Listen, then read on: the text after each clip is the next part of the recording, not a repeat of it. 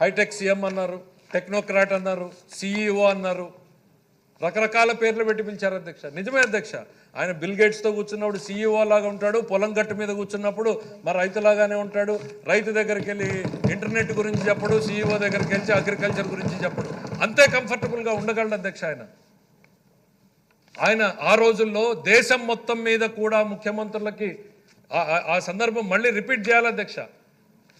New York వీధుల్లో ఫైళ్లు చేతిలో పట్టుకుని నడిచినటువంటి ముఖ్యమంత్రులు ఎంతమంది ఉన్నారు అధ్యక్ష? ఏం అవసరం అధ్యక్ష ఆయనకి? ఎవరి కోసం పడ్డాడు అధ్యక్ష? అది మన కోసం కాదా? మన రాష్ట్రం కోసం కాదా? మన పిల్లల కోసం కాదా? బిల్ గేట్స్ని తీసుకొస్తే ఆయనకి ఏమన్నా ఆస్తులు పెరుగుతాయి అధ్యక్ష? దేశంలో మొట్టమొదటిసారి ప్రపంచంలోనే ఫస్ట్ టైం వాళ్ళ కంపెనీని అవుట్ సైడ్ ది అమెరికా తీసుకొచ్చారు అని అంటే it is because of him. ఆయన కన్విన్స్ చేయగలిగాడు. ఆ టెక్నోక్రాట్ గానో, ఆ సిఇఓ గానో, ఆ హైటెక్ గానో ఆయన కన్విన్స్ చేయగలిగాడు ప్రజానీకాన్ని. ఆ లీడర్ని కన్విన్స్ చేయగలిగాడు కాబట్టి తీసుకొచ్చాడు. ఐఎస్బి వచ్చింది అని అంటే ఎట్లా వచ్చింది అధ్యక్ష?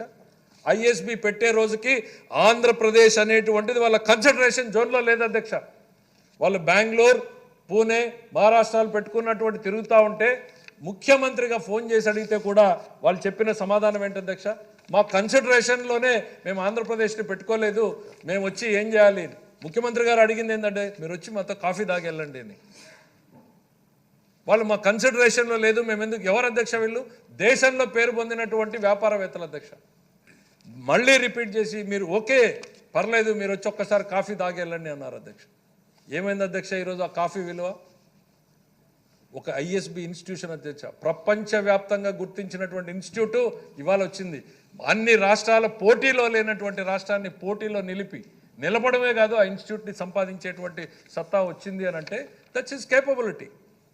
నేను చెప్తా ఉన్నా, ఆయన గురించి గొప్పలు చెప్పడం కాదు, ఆయన చేసిన గొప్ప పనులు చెప్పాలి, చెప్పకపోతే సమాజానికి తెలియదు అనేటువంటి ఉద్దేశంతోనే చెప్తా ఉన్నా అధ్యక్ష. ఆయన ఎప్పుడు కూడా ఎందుకనంటే అధ్యక్ష, అక్కడ ప్రతిపక్షంలో కూర్చున్నప్పుడు చూసాం అధ్యక్ష. ఆయన ఇంటర్నెట్ అన్నప్పుడు ఆయన గురించి పంప్ సెట్గా, ఇంటర్నెట్ కాదు పంప్ సెట్ కావాలని చేసిన ఆ హేళనలు చూశాను అధ్యక్ష, అవమానాలని చూశాను అధ్యక్ష. అవన్నీ పడ్డాడు అధ్యక్ష. ఎవరి కోసం అధ్యక్ష? ప్రపంచ బ్యాంకుతో మొట్టమొదటిసారి ఒక రాష్ట్ర ప్రభుత్వం నెగోషియేట్ చేసింది అని అంటే ఫస్ట్ ముఖ్యమంత్రి ఎవరు అంటే చంద్రబాబు నాయుడు గారు అధ్యక్ష.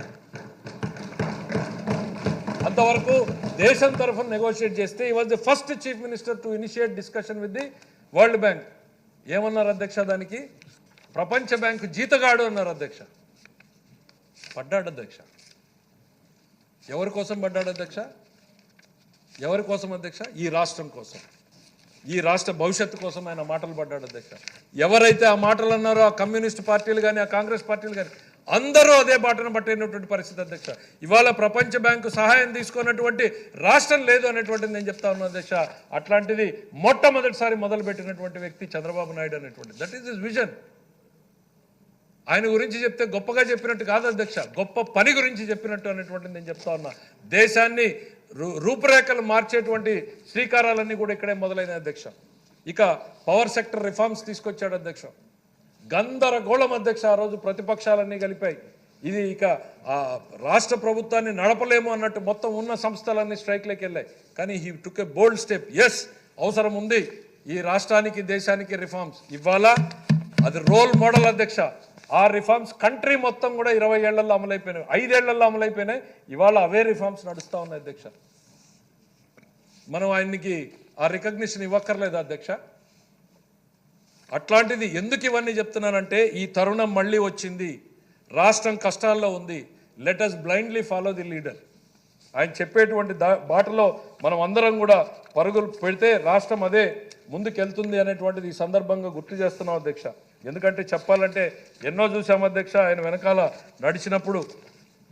ఇవాళ ఆ రోజు ఐటీ రెవల్యూషన్ అన్నాడు, కళ్ళ ముందు నిజమైంది. ఇవాళ ఆర్టిఫిషియల్ ఇంటెలిజెన్స్ అంటున్నాడు, లేకపోతే డీప్ టెక్ అంటున్నాడు. మీకెందుకు sir deep tech, artificial intelligence, ఇంకో దాని గురించి మాట్లాడండి అని ఆయనకు సలహాలు ఇచ్చేటువంటి పెద్దలు కూడా ఉన్నారు. కానీ ఆయన మనసులో ఏముంటుంది అధ్యక్ష? అక్కడ డీప్ టెక్ గురించి మాట్లాడుతుంటే దీన్ని నా రాష్ట్రంలో పొలం దున్నుకునే రైతాకి ఏ రకంగా ఉపయోగపెట్టాలి? పిల్లలతో డ్రోన్ల గురించి మొన్న మాట్లాడితే ఇది మా రైతులకి ఏ రకంగా సర్వీస్ చేయడానికి ఉపయోగించాలి? 24